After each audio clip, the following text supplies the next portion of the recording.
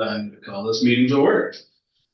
Good evening, everybody. Thank you for being here. This is the Town of Digby Planning Advisory Committee meeting for Thursday, August the 21st of 2025. We are here in the council chambers at the Town of Digby. The time is 6:03, Karen, if you're making a note on that. And let's start off by asking if there's any additions or deletions to tonight's agenda. Just one if I could. I don't know if Ed's not coming tonight, I assume. No. So we put that on together, the SAVE program, so we can delete that one. Okay, so we'll take the SOP program I off. think, unless Chris you wanted that on there, did you? After No, I think when I was talking with Tom, we were going to look to you and Ed to bring it forward and then just assist in the discussions.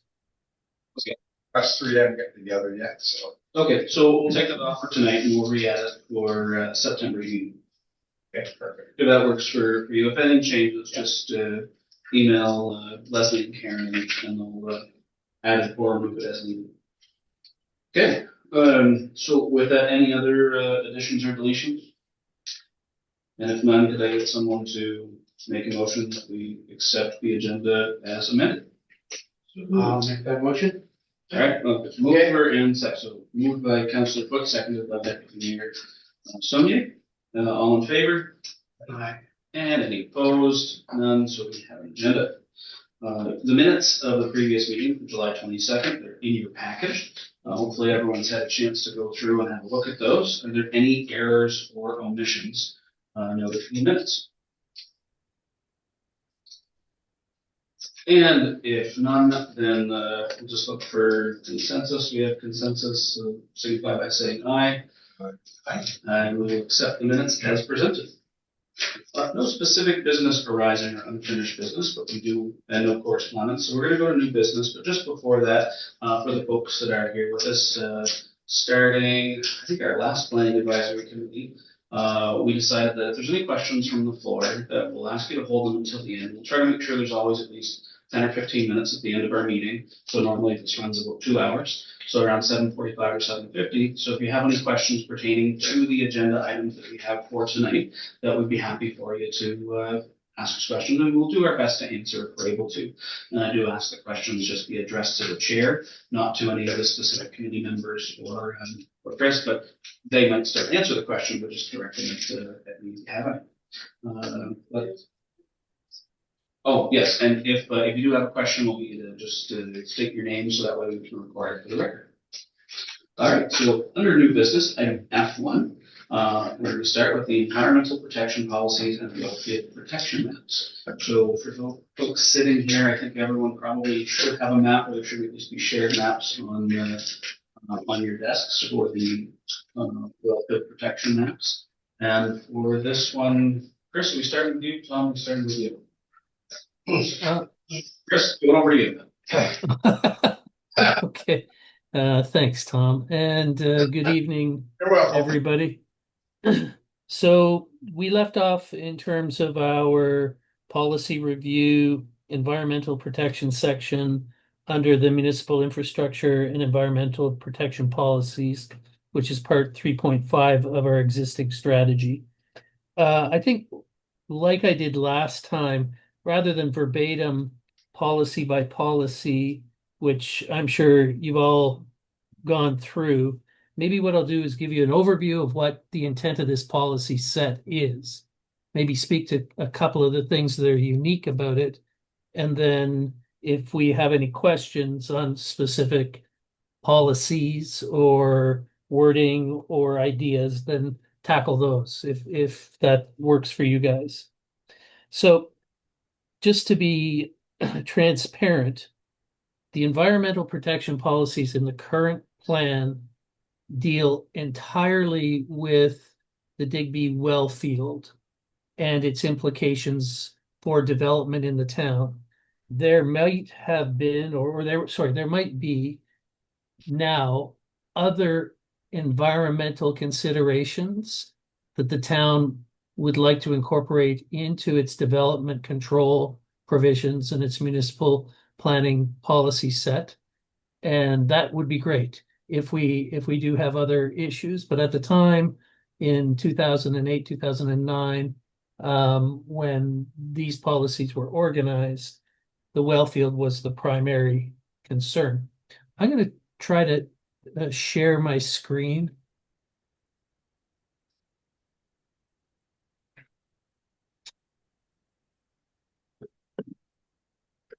I'm hoping you're seeing kind of a map that showing a portion of the town and kind of three different colors in a bluish range. Well, sure, there's possibly three different colors there. See white. Yeah, well, you probably see really light blue robin's egg as the water. And then you'll see three, I hope you see three different tones over different portions of the town. I'm looking at the north end now, up towards the Digby Pines area, Lighthouse Road, and where my pointer is, if you can see that, it's kind of purplish. The next might be aqua, and then blue. And you'll see a title block with that map that identifies what these colors represent. If you've looked at the policy, you'll see that the town's water utility, as is required by its operating license in the province of Nova Scotia, has to have in place a source water protection strategy as part of its operational conditions. I think you probably are all aware that the town's water is provided by a series of wells, a majority of which are located in the municipality. So going back a number of years, almost maybe 15 or 20 years now, the municipality, on behalf of the town, put in a wellfield protection plan. I'm going to flip to that now. On this image, I hope you can see the town at a much smaller scale on the right-hand side of the page. And you can see a variety of notations that go out Culloden Road, the Digby Pines golf course area. Up at the top of this image is Van Tassel Lake. So we have the mountain here. And you'll see, I don't want to bounce around too much, but you'll see a variety of wellhead locations. You'll see information about zoning that relates to wellfield protection area boundaries. The gist of the approach that the town has adopted, and it's consistent with accepted best practice from the Department of Environment, is the area that contributes to the actual wells, whether they're in reserve or in production, has been delineated scientifically. The transmissivity through the bedrock to various well heads, again, whether production or reserve, have been calculated. And boundaries have been identified to using engineering models,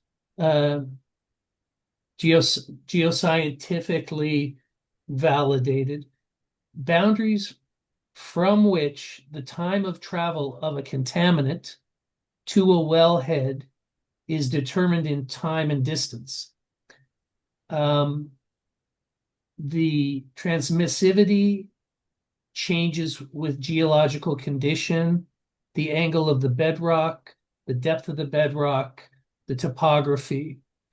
So we have radiating distances from which, if a contaminant occurred, we would have varying time ranges for that contamination to reach a wellhead. And so I'm just going to pick a wellhead kind of right in the middle, north of the golf course, south of Culloden Road, south of the mountain. And basically, using my pointer, I'm showing you the delineation that has been modeled that would take 0 to 2 years for a contaminant to travel this distance. Now, the 0 time would be if it were occurring right at the wellhead. The 2 year travel time would be if it were at the boundary level. The modeling has also identified the boundaries for 2 to 5 year time and distance transmissivity and 5 to 25 year transmissivity. So what this image is really portraying is an area which contributes groundwater to our production and our reserve wells and identifies time and distance, which really equates to risk in terms of the travel of a contaminant to a wellhead. The land use implications for this, and which are embodied in the planning area adopted by the plan adopted by the municipality, is that in immediate vicinity of a wellhead, high risk uses. Let's just use a real typical one: underground storage of petroleum within a vicinity of a production well is a very high risk land use. There are others, many others, but I'm just going to use that one. As we go further away and we have the ability to respond, intercede, and the timeline gives us the ability to say, if something happened, to get rid of this well and put another one down here, the risk of contamination and the land use controls that would relate to it decrease. And by the time you get outside of the modeled boundary of the area of contribution, anything that's happening up here might take, I don't know, a century to impact down here. So it isn't something that falls under the kind of shorter term management and regulation structure that strategy and a bylaw represents. So that's kind of the premise. The strategy, the water utility has also identified an area in the south of our production wells where the likelihood of being able to construct new production wells, given the geology, there's a lot of gravels down here that are better or that contribute to good production potential. So this well field expansion area has also been identified, as has been a watershed for Van Tassel Lake, which, if needed to be used in absolute emergency times or whatever, the watershed and protection of the watershed would assist in maintaining a minimum water quality in Van Tassel Lake. So we don't use it as a water supply, but this area certainly contributes to the overall well field and might have some strategic use in the future. So we've identified the watershed for the lake and have provided protections for the watershed that are separate from the actual well field and separate from the well field expansion, the potential well field expansion area.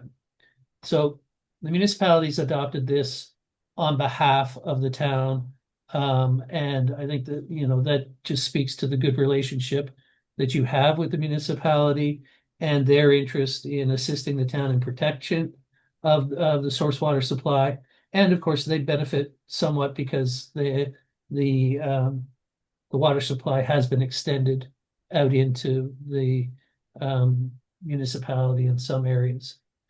So this map kind of shows those boundaries right to the point where they reach the town boundary. So this map is for a strategy and bylaw that applies within the municipality.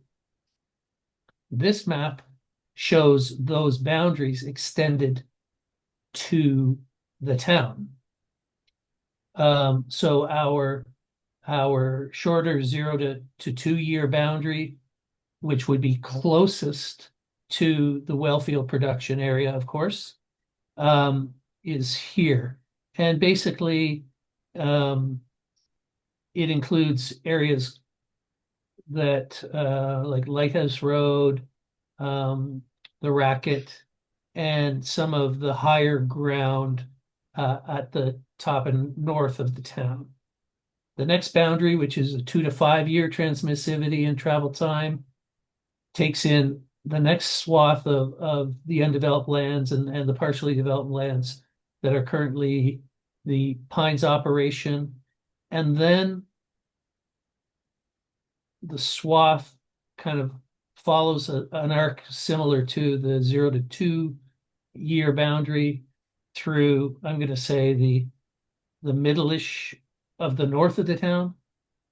And then the final boundary, which would be 5 to 25 years, takes in pretty much the balance of the town. Only a small portion of the shore road is not included, and takes in, like, I'm going to say the next third of the town. So in total, I'm going to say 2/3 of the town fall within the modeled area of the contribution area. Basically below Warwick Street, the south end is beyond that 25-year horizon. Geologically, the grade goes this way from west to east, and there isn't any real influence from this southern portion of the southern third of the town on the wellfield area. I will say, if I go back to the municipalities mapping, the Conway area also includes wellfield protection measures, and they're embodied in yet another plan that municipalities adopted specifically for Conway. So the continuity of this boundary, the lower southern boundary, extends through Conway and is regulated through the Conway plan, and then crosses into the town for that lower third, and is currently in our plan. So this overlay sits on top of our zoning map and identifies that the town is working in lockstep with the municipality in identifying the area of contribution for the wellfield and identifying the varying degrees of risk and associated land use controls that go with it. I don't know how many of you are familiar with that, but that's basically what policies EP1 through EP8 speak to. We use the same terminology as the municipality does. So again, that was kind of one of the, and I think it was a reasonable expectation on the municipality. If they were going to put regulations and land use control with respect to source water protection in place, the town would at least meet those standards. And at the committee work and through the Water Commission discussion, it was suggested that adopting the exact same language, the exact same boundaries, based on the same scientific work actually by the geohydrologist and the town engineer at the time, we would implement them into, adopt them and implement them into the town's plan. So in fact, if you do look at the municipality source water protection plan, the phrasing in the strategy and the enabling policies are almost verbatim. There are references to different issues we don't talk about in the town plan, the implications for, turf management and in the golf course area. We don't speak about the watershed zone because the Van Tassel Lake doesn't reach here, and nor does the potential expansion area policies impact the town. But those portions that are relevant to the town have basically been adopted and are identified in policies EP1 through EP8. I know that's a lot, and I'm not sure how many of the committee members are familiar with this, so I've covered a lot of ground. So if there's any specific questions about the approach and the idea of source water protection, I'd be happy to speak to them. In general, I would suggest that the municipality has not amended the strategy from the strategy that the current town regulations are based on. So there's no impetus for the town to amend its policy approach, assuming the principle of embodying the type of regulation that the municipality has adopted for the town is still something the town supports. So policies EP1 through EP8, as I said, I'd be happy to speak to any of it to clarify it, but my recommendation is that until such time as the municipality amends or updates the actual source water protection plan, there really is no need for the town to amend any of these. And I would recommend basically bringing them forward as we've got them embodied here.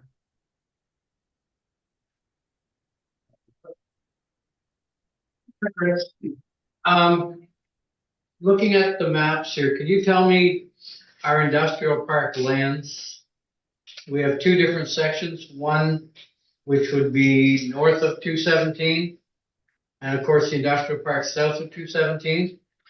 Are they included in WPAC, Area C, or perhaps partially included? I'm going to maybe switch to the municipalities map because it has better delineation of property boundaries. Can you see this one? Yeah, I have it in front of me also. And Oh, great. Okay. Edge of C does come to 217 right at the rail trail. Correct. And if you take that line where you see my pointer, yeah, and you carry this arc, you'll see that that's that line. Yes. That kind of that kind of removes the south end, so to speak, from the rest of the town on the town's map.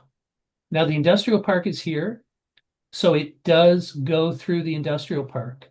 And as I said, that's in the Conway area strategy. That's why you don't see it here. But the same regulations for WPAC in the municipality have been carried forward in Conway area and are what the town's policy and bylaw have adopted. So industrial park portion of it, industrial drive is here. I don't believe the development behind the 217 is within in the area. So there's a fish plant back there, and there's some automotive repair and some industrial development. I don't believe that they are in it. They would only be subject to the industrial zone. Again, these are overlay zones, if I can use that term, in addition to whatever the zone is underneath it. The wellfield protection area regulations apply on top of that. Okay, so to the west of the rail trail on 217. Right here? From there to your left, to the west, or to the left as I'm looking at, to the west, we have more industrial park land there. Does that mean part of that industrial park land may be restricted? Yes. Okay, but outside that line, it's not restricted? Correct. Okay. For the purposes of groundwater protection development. The municipality now has a comprehensive land use bylaw on all of the municipality. So there is a general development zone that applies to this area now since May of 2024. So their municipality has development regulations all across the municipality. It's got specific ones for Conway. It's got specific ones for the municipal airport. and the source water protection plan for the well field. So they actually have 4 different strategies in place. The well and Conway, the airport, and the general municipal plan stand on their own, and the wellfield overlay or the wellfield protection area is an overlay on all of those. Okay, I'm just curious about that plot of land. So the area that you're talking about is maybe here? Yeah, that would be it. Yeah. So a portion of it would be impacted by the wellfield protection area C zone. And then a portion of it would be regulated through the municipality's general strategy and land use bylaw. So any use of that property may be restricted within that wellfield protection. Correct. Yeah. And again, what we're talking about are uses that have been, well, it's recommendations that come from hydrologists and the consulting engineers, but they're uses that represent a pretty significant risk. Residential development doesn't, unless you're basically right in the wellhead area, right? But next to it, in terms of intensive uses, anything dealing with petroleum, anything dealing with fertilizers, anything dealing with the storage of salt, uses, extractive uses like gravel pits and whatnot, activities that rely on those materials and or come in contact. So demolition, auto wrecking, landfill, storage of dangerous materials, all of those types of uses tend to fall into the wellfield protection area A regulation net, and then and some agricultural uses, manure and feedlots and that kind of that type of thing. In fact, this really started, I'm going to say now it's 30 years ago, with the problems that happened in Walkerton, Ontario, with a feedlot that was in close proximity to municipal water supply, and they had a storm event and their water supply was contaminated and a number of people died. It was a really big eye-opener for a lot of water utilities and municipalities with respect to groundwater protection. And that's really what triggered Nova Scotia's active response to requiring water utilities and operators to have protection plans in place. So just to say, agricultural uses can be a challenge depending on what type they are and where they're located. But the further away you go, so when we get out to that area C and that potential industrial development, the uses that might be prohibited adjacent to the wellhead or in that protection area A may in fact be permitted in area C, because they represent a lower risk the further away from a wellhead that they get. Okay, I was actually concerned about things like wells and septics, so that wouldn't bother in that area. No. In fact, it's kind of interesting. It's something that is talked about a lot. Abandoned wells have been identified as potential risk areas. Functioning domestic wells have not, and septic systems have not.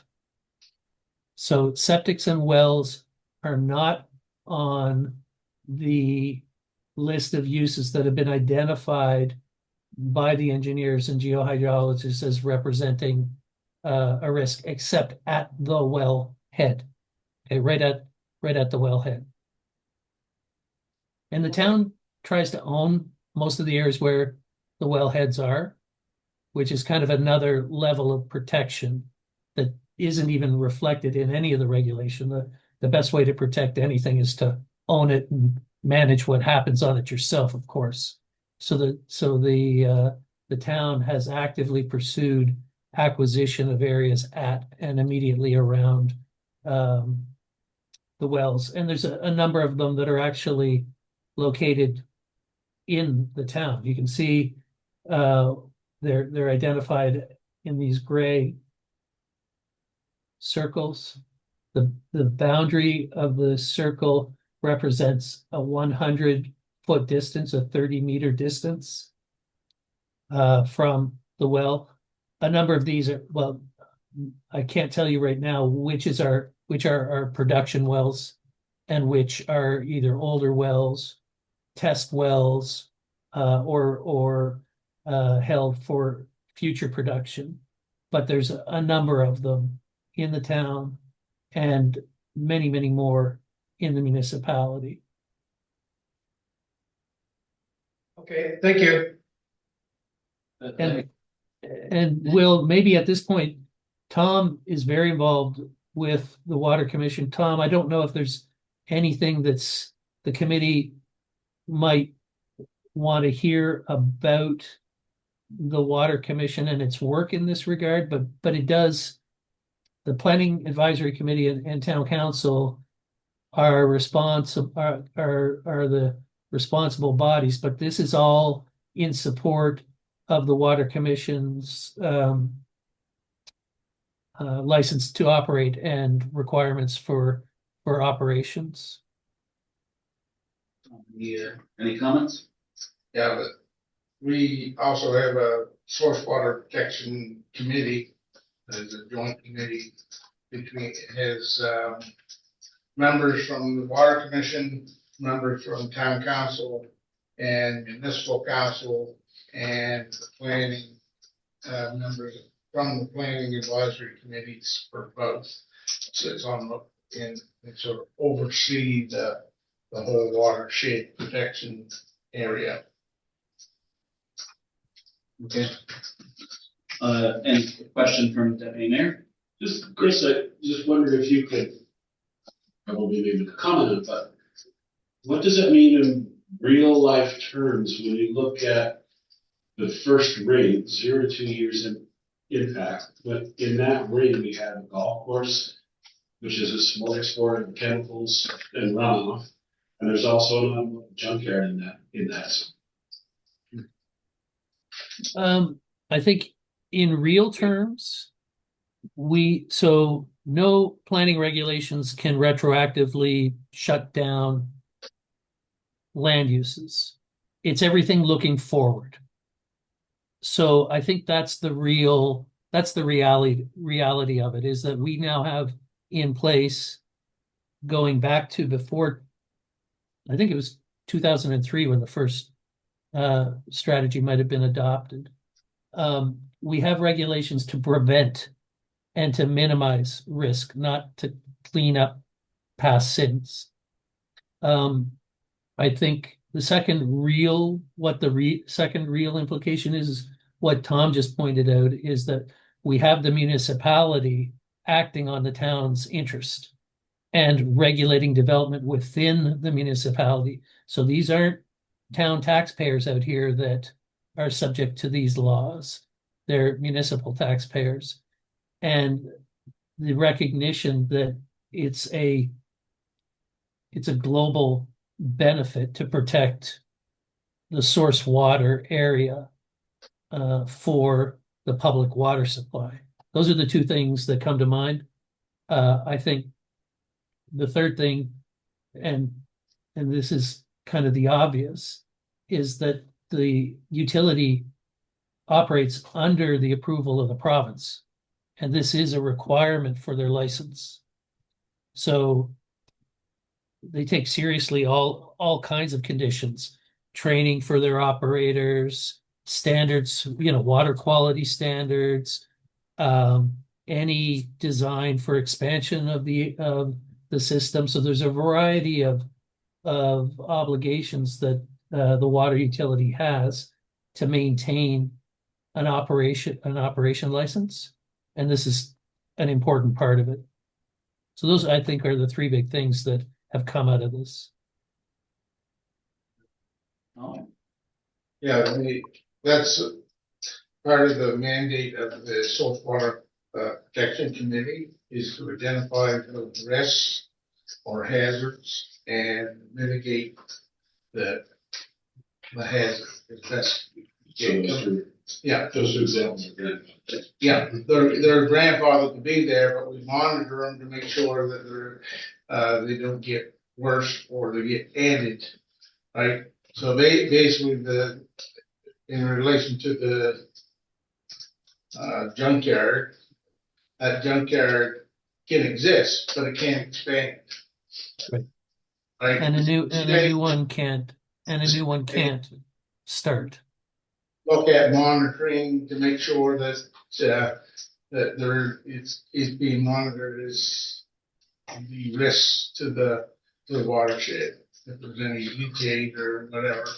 I mean, most if they're following all the regulations for a junkyard, all the fluids and everything is supposed to be out of the vehicle before they put it in storage anyway, right? So it's not like the old days when they just pulled the car in and just left it there and took parts off it and oil and coolant and stuff was going everywhere. That they're supposed to be cleaned of all of that before they're put in the yard. So We did some work as well, I think, on Victoria Street because of the salt and stuff. Yeah. We did some work there too. yeah, see, the thing is, one of the risks that we have in Radiant Town is our own salt storage thing. And we had the mitigation to keep that from migrating down and infecting the water supply. That was mainly due to the well number 3, we call it. It's going on the rack, down the racket on Victoria Street. So, and then we have the oil storage facility just up from it. So, all those they have been identified, and we just put mitigation things in, and by us identifying those risks, that risk also go to environment, who has control over or regulate those type of facilities, and they're aware of them and ensure they'll probably check more than some of the other areas by environment. Thank you, Tom. So I guess essentially, if I were to summarize all of that, it's that current risks that are there are well monitored, and they do the rest to mitigate any potential issue from them.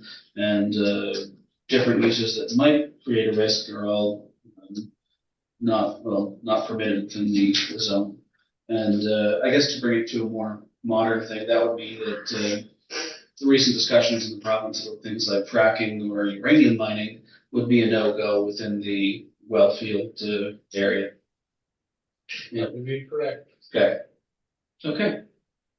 Well, any other questions for Chris with respect to EPs 1 through 8 for the wellfield protection area?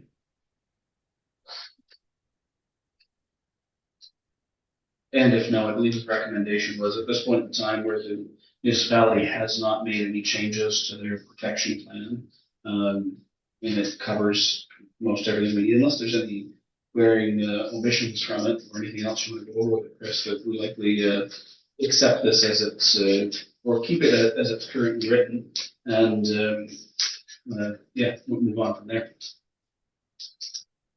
So Will, if I could just make one quick comment. Certainly. It's that issue of the town undertaking to keep lockstep with the municipalities' regulations, and that the strategy would need to be amended should the municipality amend and update the actual source water protection area plan. We don't have that in our policy set at the moment, but I think it's a good thing to convey to the community and to the municipality that the town remains, committed to holding up its part of the bargain, if it's a bargain. I don't think it's a bargain, but the undertaking is still intact to support what the municipality does in protecting the source water area and updating this new strategy if anything is amended by the municipality. Okay. Would that mean that we put in, say, an EP9? Yes, I would suggest just a quick policy that says recognizing the importance of, like a common or common regulatory approach between the municipality and the town. The town will undertake to amend the strategy if the municipality amends something like that. That be Deputy Mayor. Just might be premature, but is there any consideration given to charging stations where you have vehicles with batteries that may, they're so apt to burst into flames these days, but may be contaminant, and where we put those charging stations, whether they're not in that protected zone? Might be a good question for Tom. I don't think there's been any, Okay. no talking at the particular time. I mean, if they were leaking, but it's, that's one thing. If they catch fire and burn, it's just like any other, thing that could catch fire and burn. Ordinary vehicle can catch fire and burn, put in your driveway and your house can Charge show. stations that have not had. Yeah. Yeah. Okay. All right, so yes, what the will of the committee that we add environmental protection policy in line with what Chris has said. Do we need a motion or anything? I guess direction to come up with the verbiage for it first would make more sense. So, come up with exactly what to put in there and look to add that as EP9 section section. Was it going to you, Chris? Yeah, you don't need a motion. I think all of the comments and the discussions we have are kind of being noted. Leslie's done a great job to capture in our workbooks the nature of the discussion, and they'll be reflected in a draft text that will come to the committee. So I guess so we've gone through as I said, the wellfield protection issue, which was the primary focus of the town's current environmental policy set. I'm going to add to it now that with the province's minimum planning standards directive and the work that the province has done over the last, let's say, 5 years, maybe 6 years, with respect to coastal protection, I'm going to suggest to the committee that we need to add it now as part of this section of the strategy. And what I've done, we talked about it briefly, but Leslie circulated kind of an overview that provided you links to some of the documents that the province has prepared as part of the work that they did. I'm assuming committee members are familiar with it, but basically the long and short of it is the province adopted an act back in I think maybe 2019, and then amended it in 2021, identifying the risks that are present given the thousands of miles of coastline and the characteristics of our coastal communities. They stopped short of putting regulations in place.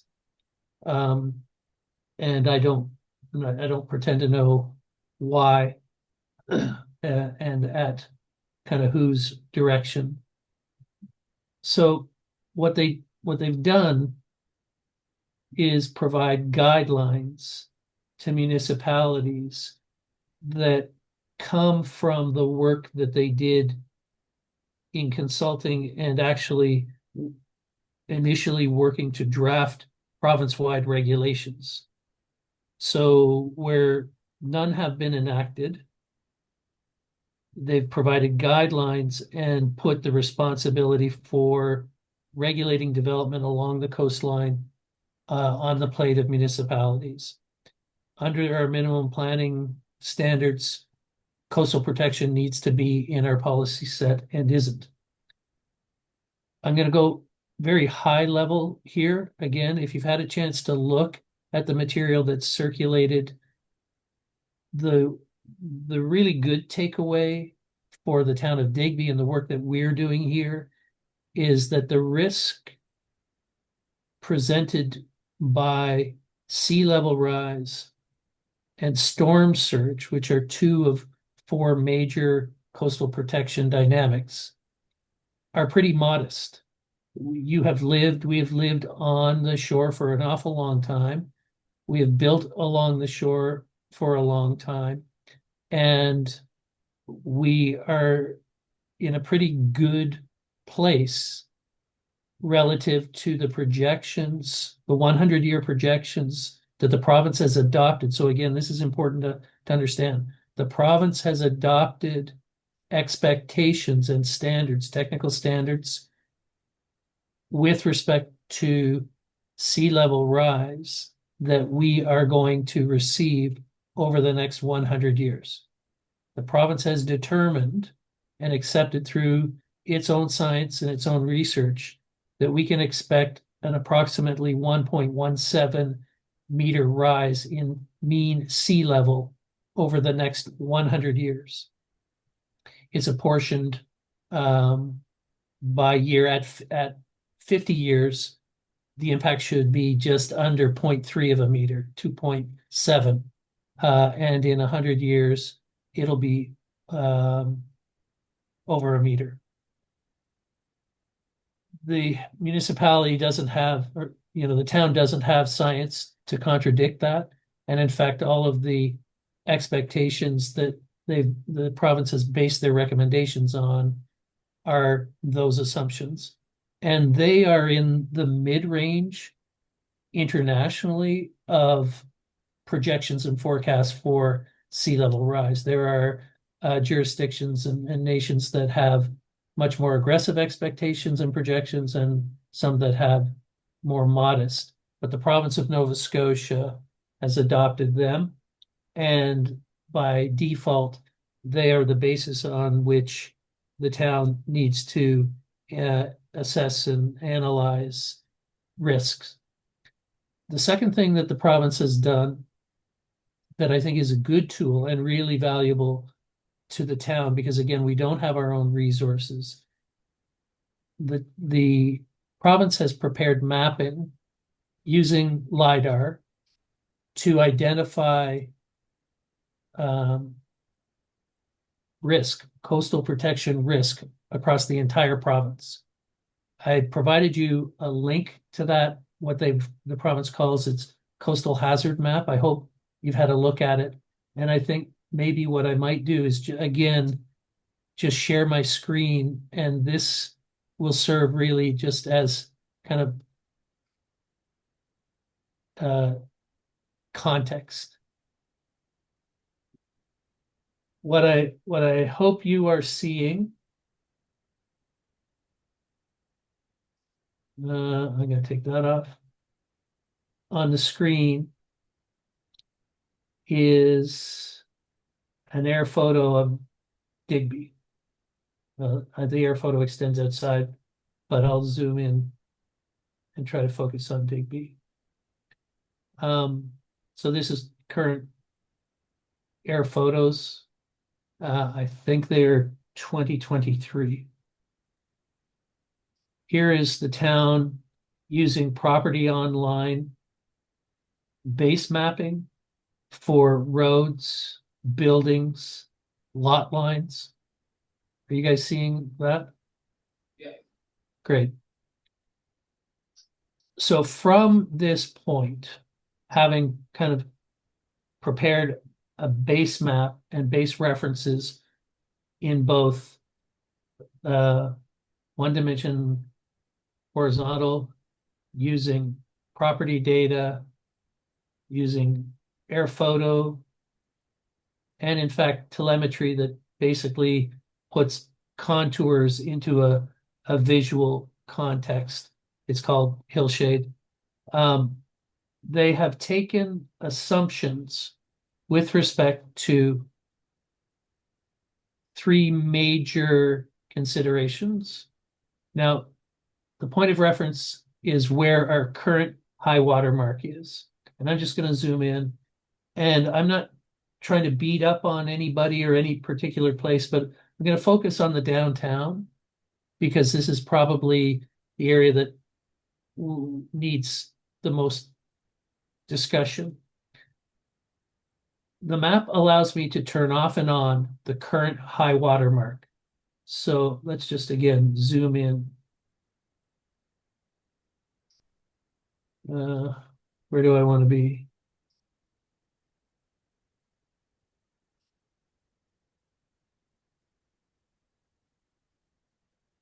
Here we go.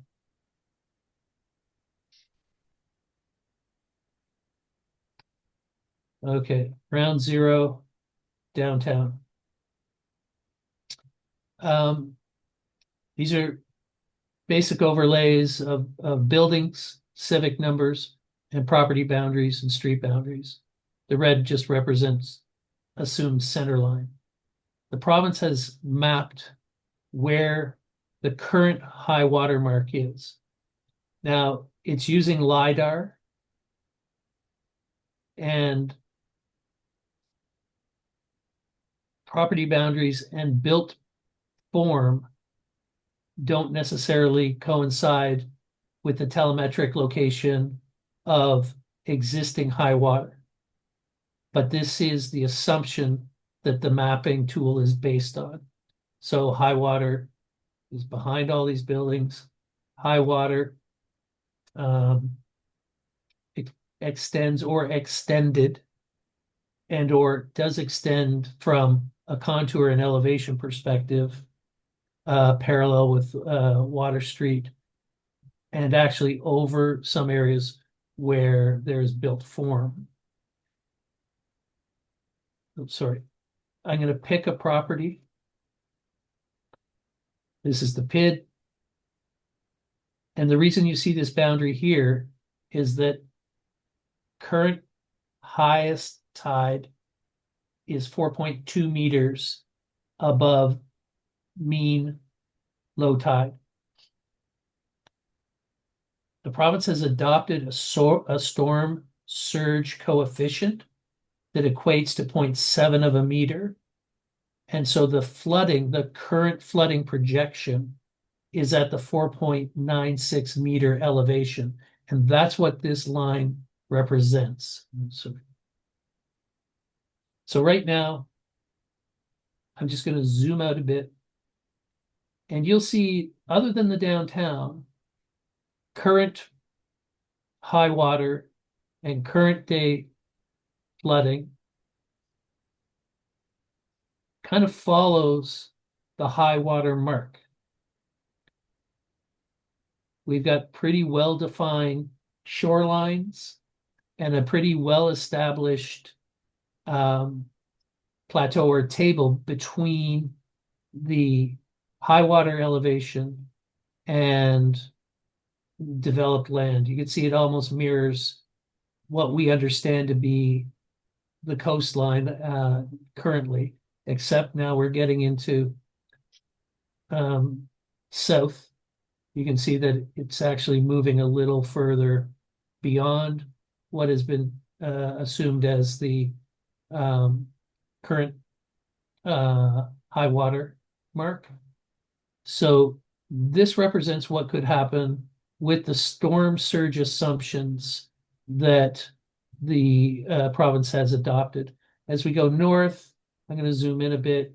you see it gets a little more, there's the watermark, high watermark, projected current flooding. Again, follows the high watermark until we get up to Birch Street and some of the lands in the Larchie area. Beyond that, going to the Racket, current storm surge and impact follows the shoreline until the water feature and the Racket itself. When on the other side of Victoria Street, again, it's showing storm surge, but that's because this is using a digital elevation model and saying beyond a certain point, you're going to get a storm surge. But we know that the road here functions as a barrier here and here, and in some areas, water control mechanisms. As we go out Shore Road, again, we follow the existing shoreline, and the risks are consistent with our understanding of where high water is and where the shoreline is. The province has then modeled what 50 years will look like, given the assumptions of sea level rise that they're basing their modeling on. So in 50 years, change is a different color. No, I'm going to leave that. We can see continuity between the current high water storm surge expectations and the next 50 years. For the most part, there might be little incremental changes in little areas that are a little lower, like maybe a beach area that might be a little more subject to flooding when we have a sea level rise. And here's what I'm going to do. I'm going to look at this property here that is now 0.26 meters above the current high water mark assumption. So when this is modeled, we have our current high water, we had the storm surge effect, and with sea level rise 50 years from now at 0.26 of a meter, the flood risk area is now 5.2 meters or 5.22 meters instead of 4.96 meters. And this is in elevation, geodetic elevation. So we, again, do the same thing, run along the edge of the shoreline. We see some new additional risk at this low area, again, based on the modeling. We see a little additional risk around the Racket. So where green goes to blue is where 50 years accounting for storm surge remaining constant, but sea level rise going up approximately 2.26 meters, where we have a new risk. So we see the wharf, and now in 50 years, the model shows we've got a higher increased risk for these areas that are in blue. Same thing happens, in portions of the downtown, but you don't see it in a lot of other places. Again, a very well-established shoreline and a very good correlation between developed areas and the risks that we experience now. In some areas, we do start to see properties that actually become significantly impacted. So at current high level and storm surge, about half of this property is at risk. When we model 50 years out, it takes up virtually the entire property. As we go further south, again, there is not a lot of blue in addition to our current risk understanding. The 100-year projection is now in purple. So again, in 100 years, I'm just going to use Thomas Road as an example. The high tide has remained the same at 4.2. The storm surge assumption has remained the same at 0.76 meters, adding up to a current day risk of about 4.96 meters. When we add 0.26 of sea level rise to the existing assumptions, so this is 50 years, we get risk at 5.22 meters. When we add 1.17 meters, which is the province's assumed sea level rise in 100 years, we get risk at 6.13 meters. So at this property, the additional risk kind of looks like this, and it's pixelated and it's intended to follow a contour, but in terms of scale, you can see that there's, again, just a very marginal increase. We see more of it here along Queen Street at the south end of terminus of Queen Street, First Avenue, and Montague Row. So this area we know slopes down to the water. So our understanding is pretty kind of consistent with what this imagery would represent, that over time with sea level rise at that 1.17 meter expectation, the risk increases to these areas. And I'm just going to do really quick in this area. Without 100, without 50, without storm surge, there's our understood high water mark. Storm surge, 50 years, 100 years. Now, our bylaw is only going to be in place for 10 years. I get it. But people will build now. The understanding is people will build now, and you'd expect those buildings to be around for 50 or 100 years. I'm just going to, again, crawl along the coast. You can see there's virtually no additional risk as we move north past Warwick Street. Small amount on a particular property, the same thing, small amount in the area like the Tourist Bureau. The park is not substantially impacted. But then we get into that area downtown that we know when we started looking at high water assumptions, storm surge assumptions, 50 years with about a 0.3 meter increase in sea level, and then 100 years with a approximately 1.2 meter increase in sea level. So I'm going to zoom out just really quickly. We're looking at this area. Everything else actually is kind of pretty logical and rational and doesn't impact significantly a significant number of properties. Someone at this property here, again, like we saw at the south end,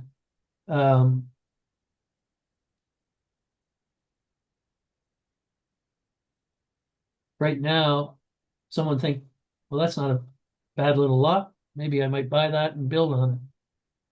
At storm surge, there's a risk of being impacted by a third of the property. In 50 years, a bit more with that 0.273 meter sea level rise. And then in 100 years, a vast majority of this property will be at risk of impact from sea level rise and storm surge. So I think the tool is really intended to assist property owners in understanding what the scenario might look like over time with basic assumptions about sea level rise and storm surge impacts and their specific topographies on what they can expect. And again, I think I started, this is a good news story for the most part. There are a lot of coastal towns that don't look like this at all. I mean, we could go to Freeport, we could, handy, we could look at them. We could look at properties or areas, communities in Cape Breton that are built on very low lying areas. And if you've gone through the material the province has prepared, they've also modeled subsidence. So as sea level rises, ground will fall. I'm not a geologist. I'm not a technical plate describer or tectonics, but the model includes subsidence as a result of sea level rise. So it's relatively sophisticated. It's pretty current. As I said, I think the LiDAR data that this mapping is based on is from 2023. LiDAR is our best source right now for digital elevation data. And things look pretty good in the town, with the exception of, say, a few properties in the south end, some challenges in center town, and maybe if I zoom in, around some of the industrial development in the north end and the Racket. I don't know. Does anybody have any questions on this?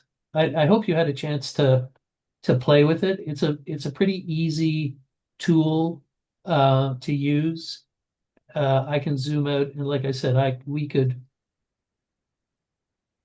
look down the neck.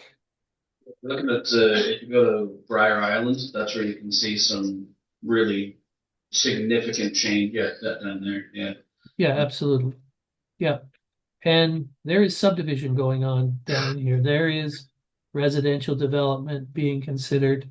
Again, we could go to the other end of the province if you wanted to know what was going on in Meat Cove. It's a very interesting tool.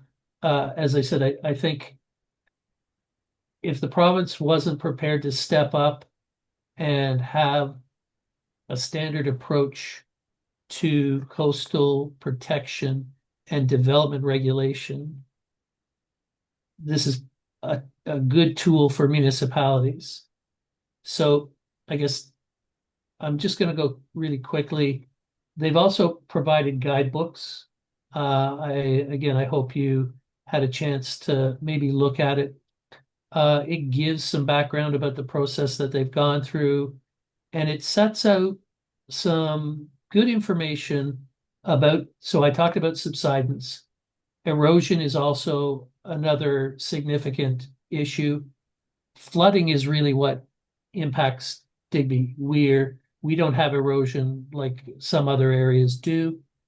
We do have globally subsidence, but the discussion about flooding is really the major part of this guide that I think applies to us.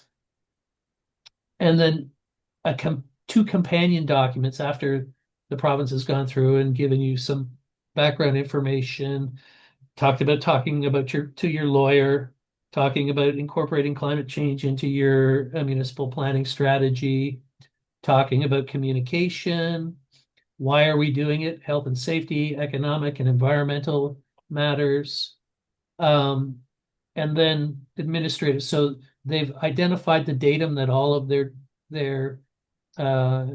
data is based on.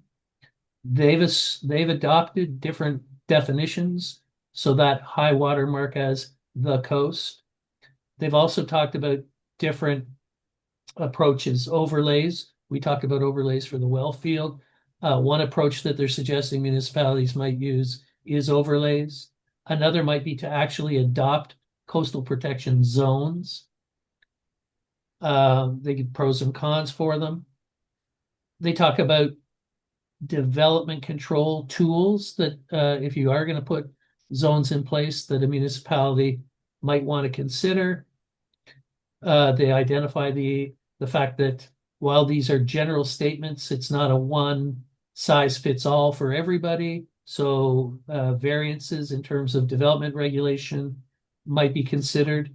They talk about subdivision and the importance of understanding not only the issue about when a building is built, but backing that process up and understanding at the subdivision level what potential risks and implications might be. And then it's very important to understand that as a planner, as a counselor, as a planning advisory committee member, we can work to understand this stuff, but there are qualified people who are able to provide supportable, defensible, and accepted data and opinion about geohydrology, about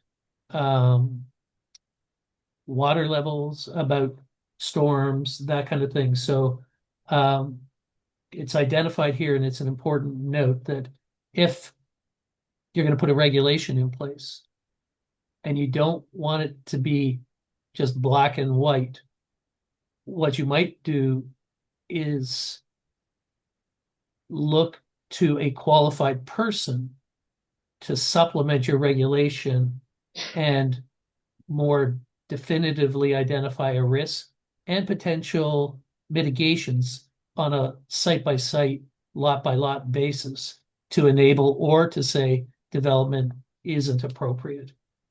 Again, storm surge, wave run-up, subsidence, and sea level rise are the major issues that potentially affect the town.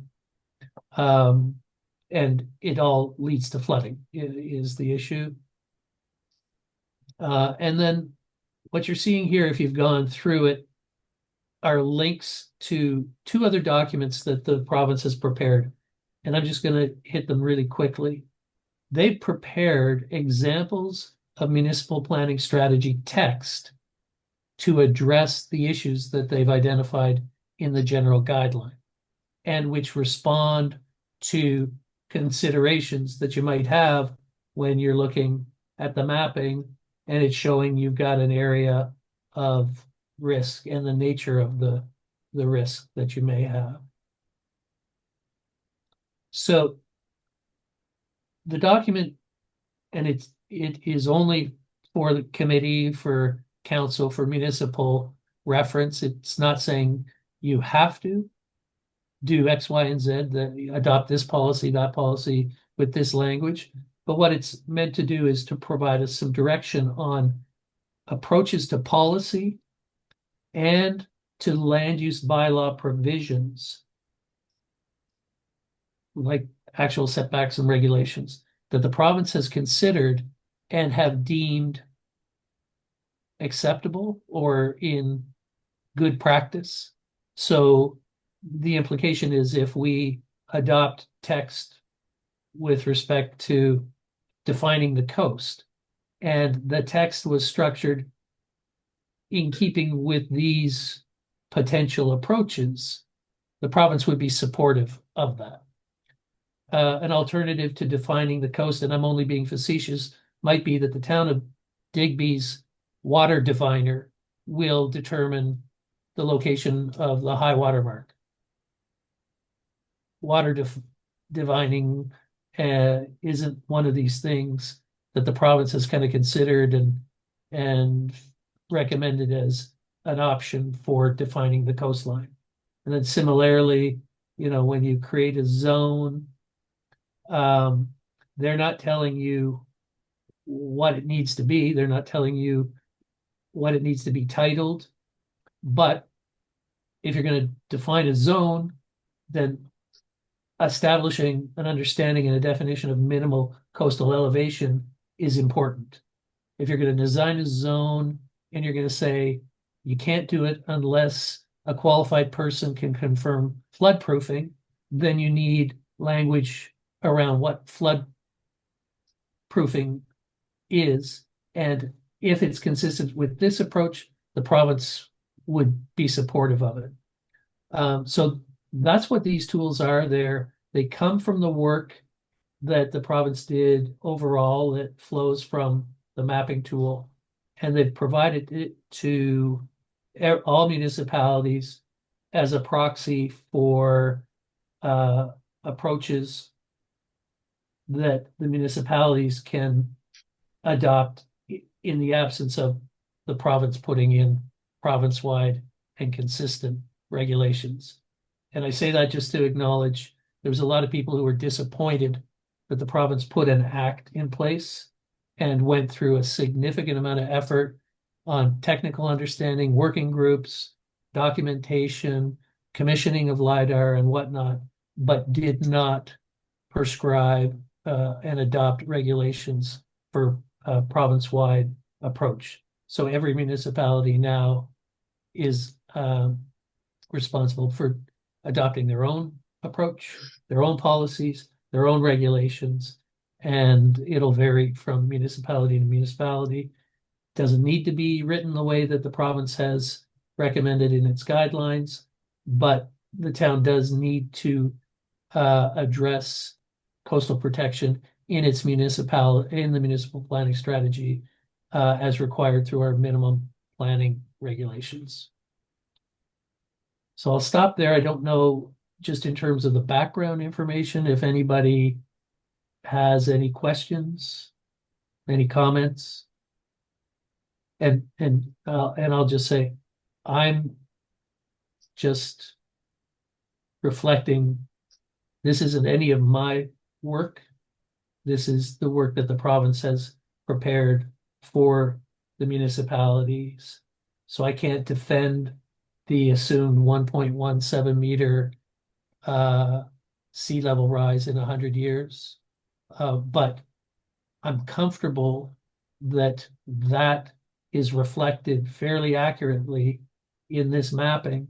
And if we were to look at development regulation, this tool would be a legitimate way for the town to incorporate coastal protection into its current planning and development regulation.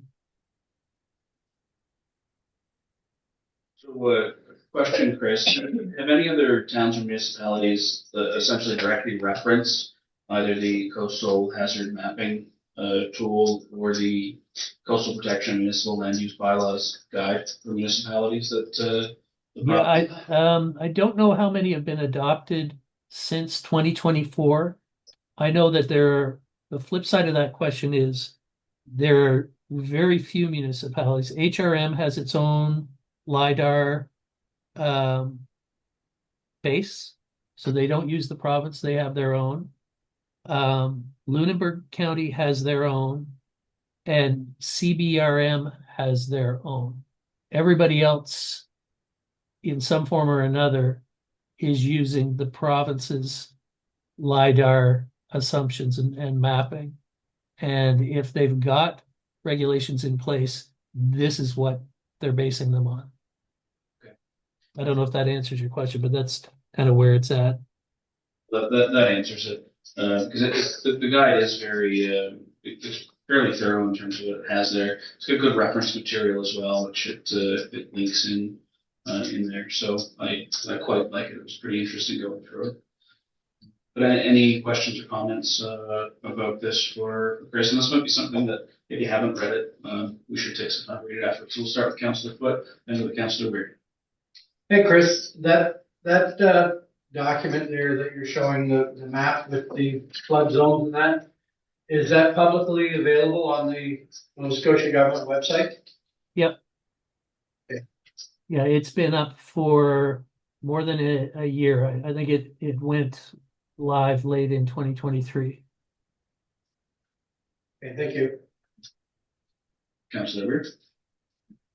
Thanks, Chair. Yeah, when I was looking at the link you shared, Chris, and was playing around with this a little bit, I was just wondering, is that the highest tide? Because tides change. We have super high tides, and we have pretty much fluctuating tides.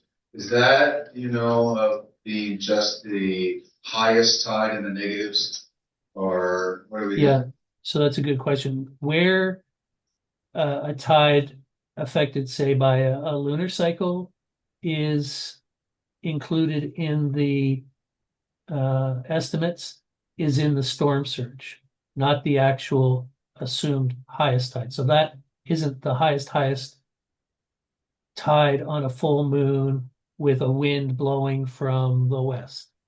But the storm surge estimate includes other influences. So it includes winds, it includes moon cycles for the storm surge estimate. So that's almost a meter, at a base, which is pretty significant. So they have a definition for what high tide is, and it doesn't include extreme lunar cycles. It will be a mean high tide. But there is a definition in their workbook. Yeah, there's a little definition or information circles you can click all over the map that tell you a lot of where to get your data from. And I think there's some more references down at the bottom of the page you can click on. So they're pretty thorough with how they explain it all and what ties into everything. Any other questions for Chris regarding this? And if no, I'm only trying to move us along so we get a chance to speak about our commercial engagement, which is item F4. Well, I guess we'll continue it as F4. So Will, if we could, just before we leave, I guess I have two questions. Is the committee comfortable with us preparing a draft policy set that adopts or endorses the province's coastal hazard map and the assumptions that it's based on for identification of our coastline, because that's one of the things that we do have to do. And then secondly, do we support policies that would regulate areas where the modeling to the 100-year time frame identifies risk? Those are the two questions. I think we do have to identify shoreline, because that's right in their guideline. But we're not compelled to adopt development regulation in accordance with their modeling. I think they're recommending and they're expecting us to, but we don't have to do that. So those are the two kind of outcomes for the committee's conversation from the work that the province has done through the mapping and their guides.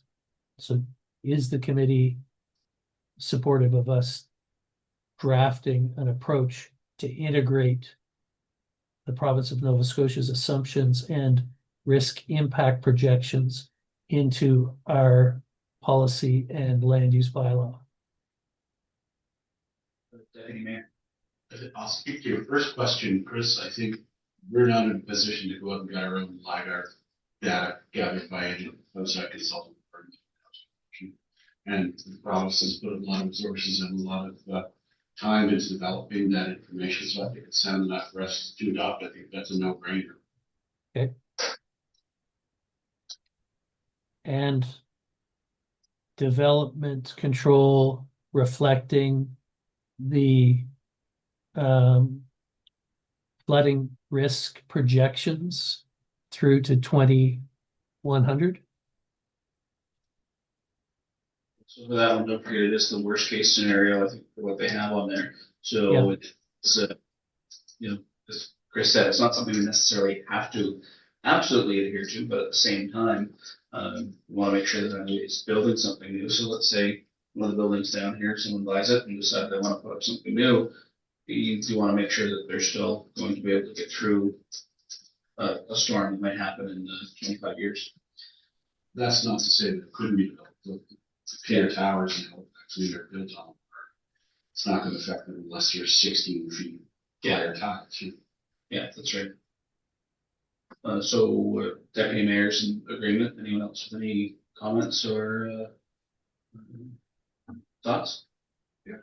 Oh, Councillor. Thank you, Chair. I was just wondering maybe that, if we do adopt it in the policy and stuff, I would probably, I'm just guessing, help us with maybe grants down the road, possibly, if there's some stuff coming up. And we've already adopted it, and we figured, yeah, we can see that's gonna happen. Maybe you'll get us ahead of the game a little bit. Yeah, I think having a coastal plan would, not mistaken, Tom, you could probably speak to this, but with respect to the municipal green fund and some of their requirements for getting funding for helping to reinforce shoreline, which some of us that we're looking at occurs, that might be something that. Well, that will be something that we need down the road. So this is incredibly important for the town, for the PAC to start with, but then also for the council to look at and implement, because we will need it if we're ever going to reach out to them and say, hey, we'd like money to help make sure that the town doesn't wash away, or at least Water Street, because it seems like in by the year 2100 that this side of Water Street will have a nice water view, and the far side of Water Street will be water. Yeah, Councillor Weir. Thanks, Chair. Yeah, and I also wanted to add to that, maybe it will possibly help us talk in talks with the rail system that we want to take over.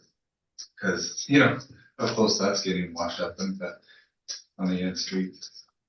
The province will probably wait until it's actually completely eroded and then give it to us as our problem. But who knows? It may assist with that as well. All right, so it seems like we have our direction. Unless there's any other comments on it. All right, so Chris, then we'll go with direction. Okay. Then my final question. So we've basically gone over source water protection. We've talked about coastal protection. I'm just open to any other comments or suggestions or directions for policy under that environmental umbrella.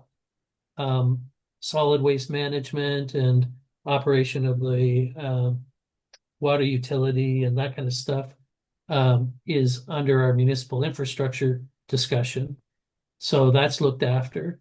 I'm just wondering if there is anything that is current that it hasn't been reflected in the existing policy set. And I'll just throw one. I know it isn't, but if we had a species at risk nesting location that we knew about now that we didn't know about then, that might be something to throw in your environmental section. I just using that as an example. Right now we're dealing with pretty hardcore bread and butter stuff. There might be other environmental issues or concerns or considerations that the community might have. And if there are, and we can kind of identify them and speak about it coherently, the strategy could and maybe should incorporate those as well. And I don't know what they are. And I'm not saying that there is anything else that needs to be added here, but I think the committee should be open to thinking about it. And if we identify something, look at how it might be integrated. I'd say that species at risk might make sense, but if you think of another issue that, right in my backyard, we have invasive species, and there's a specific type of rose bush, well, I'll call it rose bush, that's been spreading all across the province. You can go through Cornwallis throughout the spring and early summer, and you will see it on every roadside. And maybe that's something that we can look at in terms of if we have invasive species, and in saying that we need to do whatever we might do, whether it be the town target its removal or encourage individual citizens to do the same, but make sure that we're sharing information on that. And I'll make a note for myself to share that with the committee of the whole, that this specific type of say rose bush, it's got small white blossoms on it, but it'll climb up on top of existing plants or trees to get its most sun and nutrients it can get, and it'll kill off anything that's kept below it. And we do have a fair amount of it here in town. just over in the dirt parking lot there. There's a row at starting. But Cornwall, that's your best spot to see it in the springtime. Go and look at it. It looks and smells very lovely, but a lot of times it is choking out native plants that we have.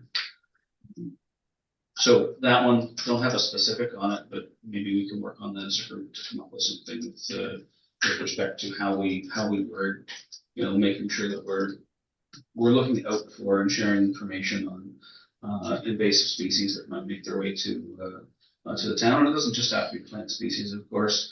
It could be if someone wants to drop like an invasive species in Van Tassel Lake that ends up in our water system and out competes all the local fish, stuff like that as well. Anyone else? Oh, Councilor Weir. Thank you, Chair. Just wanted to bring up maybe with the coastal issues we're having and the flooding and all that. We have a multi-million-dollar industry around here that some people probably don't know much about, but it's clamming. And I don't know how we're going to get around it, but it does affect those individuals that have a livelihood down there, putting stuff onto the beaches and whatnot. So maybe something that might have to be looked at as well. So I know we're looking to leave time, just really quickly the province has in their guidelines acknowledged and recognized industries that exemptions need to be made for. So I'm not too sure, Councillor, if you're talking about ensuring that regulations don't negatively impact clamming activity. Yeah, I was just thinking the only way we're going to get around this is probably building up more rock, I'm guessing, to stop more of these floods. Not really an engineer on this, but how we're going to try to stop everything from flooding and whatnot. I mean, we're going to have to work with the coastline, right? Yeah, I would. What I'll take from that is that we want to make sure we're still leaving accesses for any commercial like harvesters that are going to be using our beach areas. So I think that would be entirely feasible and possible if in the future we have to build up areas to make sure that we're mitigating the risk of flooding. That it will still be feasible and very possible to put in accesses for folks to get there. In terms of what they look like, I guess that will come down to the engineers of the day who might work on them. But we can make. I'm sure we can probably have that as a consideration for any policy that gets put in place. So I can just say, and I've just flipped up a couple of things onto the shared screen, but the idea of exemptions and in specific for either traditional or future marine related development has been baked into the work that the province has done. So if we identify exemptions, I'm sure, and we structure it in a kind of a policy approach to like the examples they've provided, there wouldn't be any problem with doing that to ensure that the industry and that activity is recognized and encouraged or supported or not unduly regulated. So it's there. The province has acknowledged it, and it's in some of the examples for both policy and land use bylaw provisions that they've put out.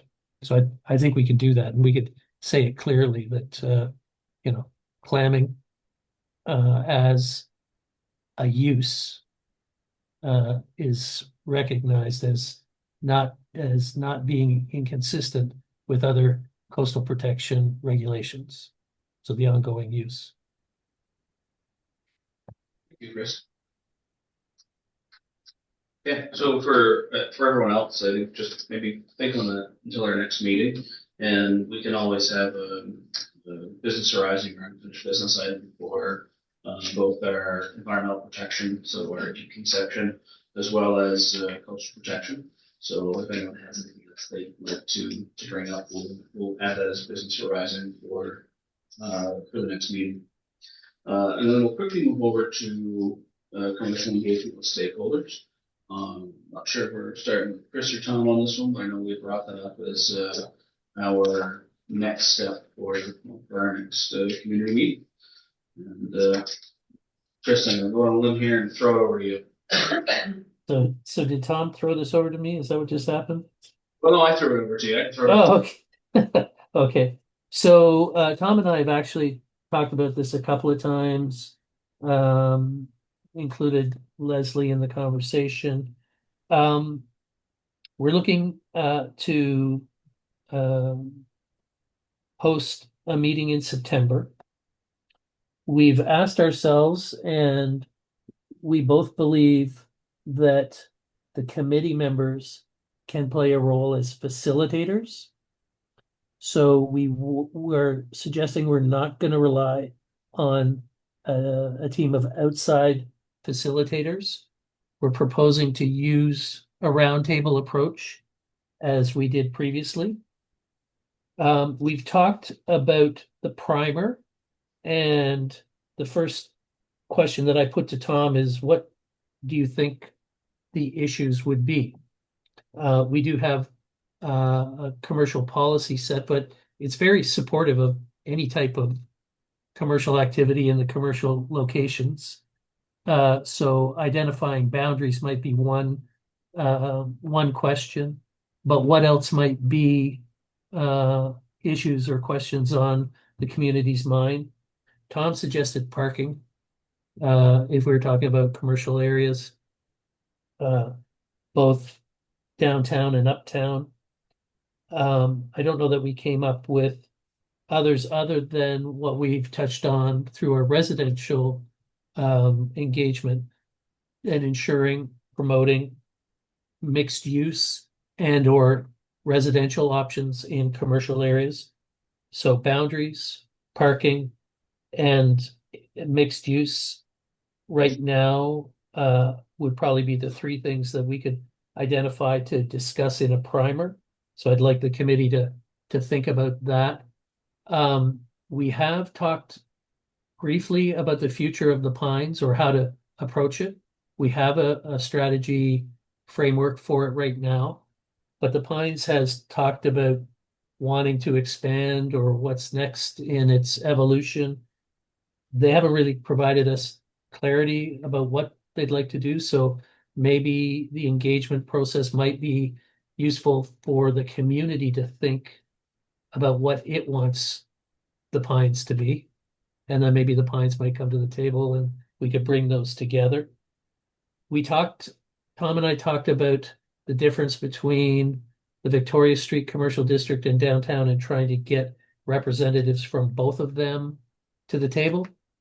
So I think that's maybe more of an outreach issue and in making sure that they know the engagements going on and invite them to the table. Similarly, the wharf as a major component in our downtown area. I think the mayor sits on the board, and we discussed the opportunity that it might be that the mayor communicates directly with the board and tries to encourage them to participate. So what are the issues? Preparing a primer, facilitation by the committee, and the format generally being the same as we did for the residential. Break the attendees down by table, and we can massage how we do it, but having those 4 or 5, maybe 3, hopefully more than one thought-provoking questions that we can put to a table and have an opportunity for the community to provide their input, and that conversation being facilitated by committee members. So that's where we are. I think we've got a template that will work. We can take some of the learnings from our last engagement effort and maybe look at the times we hold it, maybe look at the amount of material we're trying to cover so that people have more opportunity. We did provide a primer, and we provided an opportunity following the engagement for people who couldn't make it to provide information. So we would be building on that and basically using a similar approach.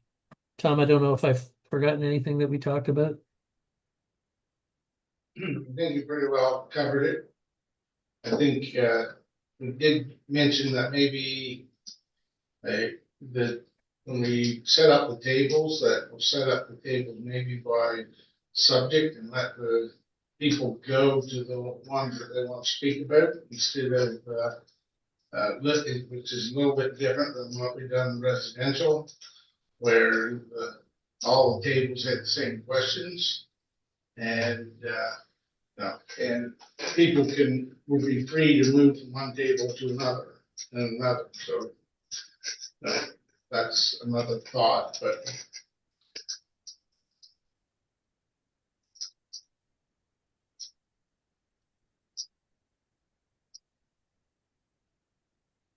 So, Mr. Chair, that's where we got in the couple of times that Tom and I sat down to discuss it.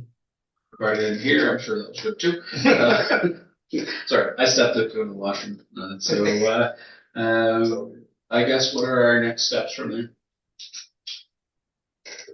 there? I guess three things. The primer and identifying either the information that we would like to provide or the questions that we would like to kind of float for the topics of discussion relating to commercial development. And like I said, boundaries, where we draw the line, mixed use and activities that take place in it, parking, maybe parking and traffic, and that's not an unusual one for virtually any place, any community when you talk about their commercial districts. Those three we know we've kind of identified. I'd like the committee to say yay or nay to those and identify anything else that might want to be on that list. And it will feed into us identifying those thought-provoking questions that we'll use at the tables. So, committee, any thoughts, comments on that? Feedback for Chris, Councillor Cook. Okay, you mentioned about the Victoria Street commercial area as well as the downtown. And there are businesses spread all throughout town. So it'd be good if we could make an effort to make sure that all businesses know that it's not just about the commercial area downtown, and that if they want to participate, they should. And also, there's a lot of businesses where the owner, the business is not the building owner. And if we could make sure we reach out to them also, so that everybody has a say into how the commercial area operates throughout town. Right. Yeah, we did talk about skateboarders and how to try to get those people through the town. Yeah. Right, so. Anybody in business, stay cool. It may require direct contact. Yeah, well, Roughly 250 businesses in Digby, so may require just a direct contact to a businessman. Yeah. A bulk businessman. Okay, thank you, Councillor Foot. Anyone else? I guess the only concern I have is what Tom mentioned about Don't leave microphone, Mr. on the Mayor. one topic per table. I think with all the businesses coming, that we should probably have the same questions at every table. Only because if 10 go to one table, no one goes to the other two tables, we don't have those questions answered. So I think, well, the next time we do the residential down the road, to do it individual, but I think as far as commercial. the ones that I've had experience with, you've only got 10 minutes at the table. Then it's like musical tables. Oh, okay. You would move each table. Okay.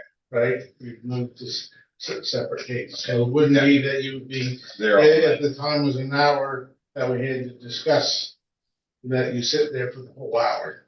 Right? You get to mingle can change. I missed the musical chair thing. Yeah, Yeah. yeah. And I think people will be fairly logical about that too, that if there's 20 people that show up and there are 5 tables, you're probably not gonna have all 20 people say, I'm gonna go to this table and sit here the whole time because you're not gonna be heard. They'll take the chance to go and sit at the table that has someone taking notes and someone asking questions and just them. And it's a great opportunity to make sure that what they're thinking about is gonna be listened to and acknowledged.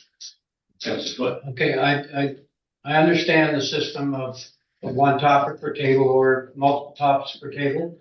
I don't think you should ensure there's time at the end for more of an open discussion, because a lot of people are gonna come with ideas that we don't think about ahead of time.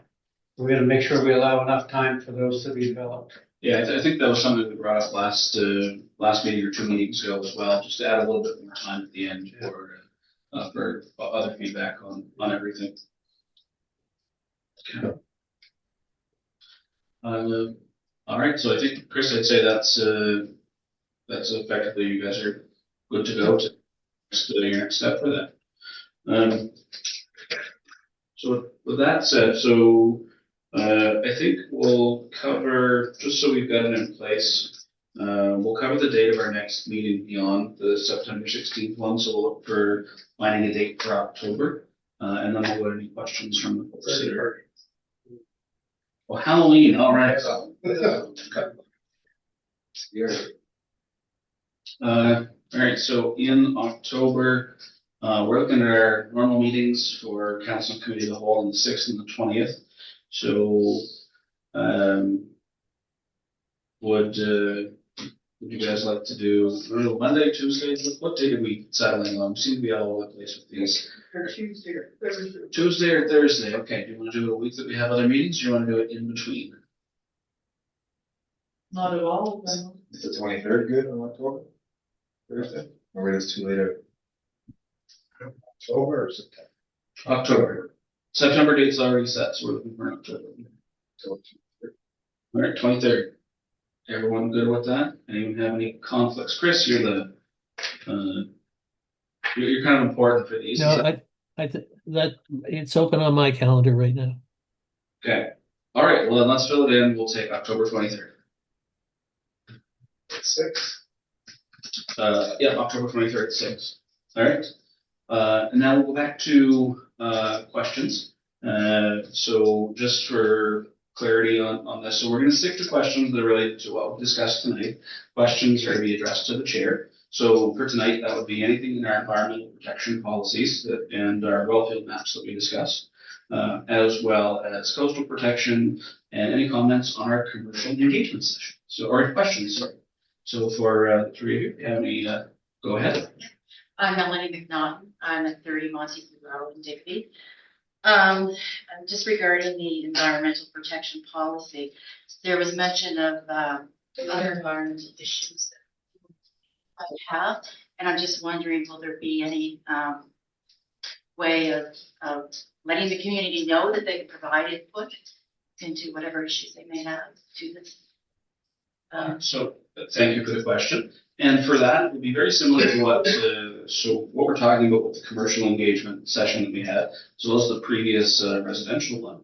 That once we've gone through these segments in full as a committee, then we will open it up and have an engagement session with folks in the town. So we'll invite everybody in, and that way, if they have any concerns about any of the sections that we're covering, so the environment will be a big part of that, then we welcome their input. Because by no means do we claim to, I guess, be on top of every single thing that might be out there, because there will be stuff that we don't think of. And although I will say Chris does a fantastic job of going through what other towns and municipalities are looking at or identifying as potential issues, doesn't mean that there isn't one that someone here might think of that hasn't. So we will have an engagement session for the town with that will be advertised in a multitude of ways, and hopefully it's as busy as what we're going to do the residential engagement sessions.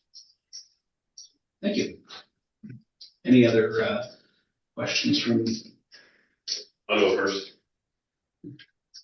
I'm Tim Peck, 59 George Street. Have a few comments about what Mr. Millier presented, and then one question.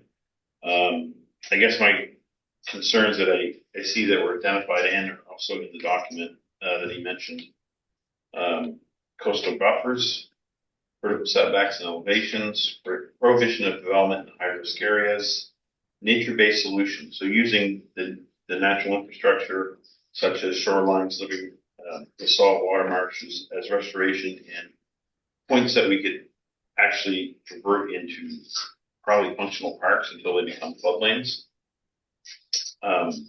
Also, there is a lot of LiDAR data that is available through, I believe it's COGS or the research. That stuff is free and it's just a matter of engaging. And so then the third thing is that the town is actually interested in developing a environmental policy to roll into its next NPS. I think that's important that town people know. I know 2 people have PhDs in biology, and they would love to be part of some kind of approach to building, I think, you have a planning committee, consider a environmental policy committee. That way, you guys, the counselors who are not biologists or subject matter experts, can draw on the free resource that you have in your town that's already here that can say, this is what we'd like to see, or this is what we think you should be building in. Then there's one more thing that should be considered.